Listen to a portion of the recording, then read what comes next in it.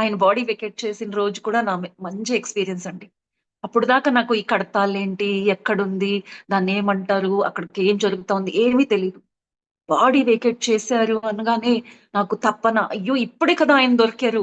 Time ఇచ్చినా ఇంకా మాట్లాడు రా అని పిలిస్తే కూడా నేను ఉండండి అన్నానా అని అసలు తట్టుకోలేని ఒక బాధ అన్నమాట.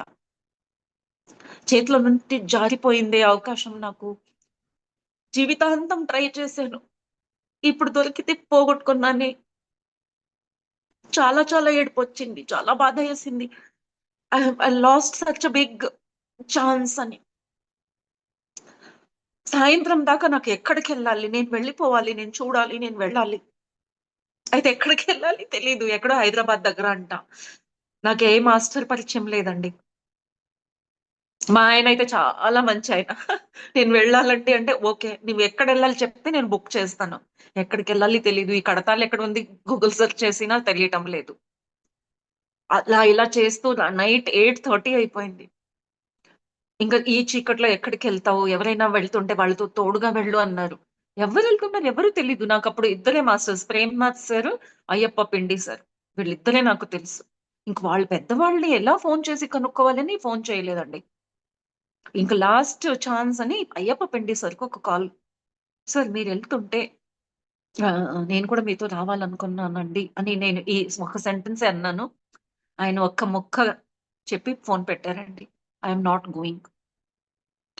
నేను పొద్దున్నుంచి ఒక సముద్రంలాగా మంథనం జరుగుతా ఉందో, ఒక్క క్షణంలోనండి ప్రశాంతంగా మారిపోయిందంతా. అవును కదా! ఎందుకక్కడికి వెళ్ళాలి? బాడీతోనా మనకి సంబంధం? అలా అనిపించింది. ఇంకంత కామ్ అయిపోయాను నేను. ఇంకా ఆయన ఇక్కడ ఆ శరీరం నుంచి బయటికెళ్తే ఇంకా ఎక్కువ అవైలబుల్ అయిపోయారు. అప్పుడైతే శరీరంతో ఉంటే ఆయన దగ్గరికి వెళ్ళాలి. ఇప్పుడు కణ కణంలో ఆయనున్నారు. అలాంటి థాటొచ్చింది. ఇప్పుడు నాలో కూడా నేనింత తపన పడితే నాలో కూడా ఆయన వచ్చేసారు. ఆ ఒక్క కణం నాలో కూడా ఉంది ఇప్పుడు. So, I am no different from him. Now I am only Patri sir. So, so I am not different. ఆ వన్నెస్ ఫీల్ అవ్వడం స్టార్ట్ అయిందండి. ఆయన చెప్పిన కాన్సెప్ట్స్, ఆయన చెప్పిన విజ్డమ్‌ని మనం తలుచుకోవాలి. సో, మా ఆయనకి చెప్పాను నేను. 5 days I am going into మౌన, ధ్యానం, నో ఫుడ్. సో, నన్నెవరు డిస్టర్బ్ చేయొద్దు అని 5 డేస్ అలా అనౌన్స్ చేశాను. నీళ్లు తాగి వెళ్లి కూర్చున్నానండి ధ్యానానికి. థాంక్‌ఫుల్‌నెస్‌తో.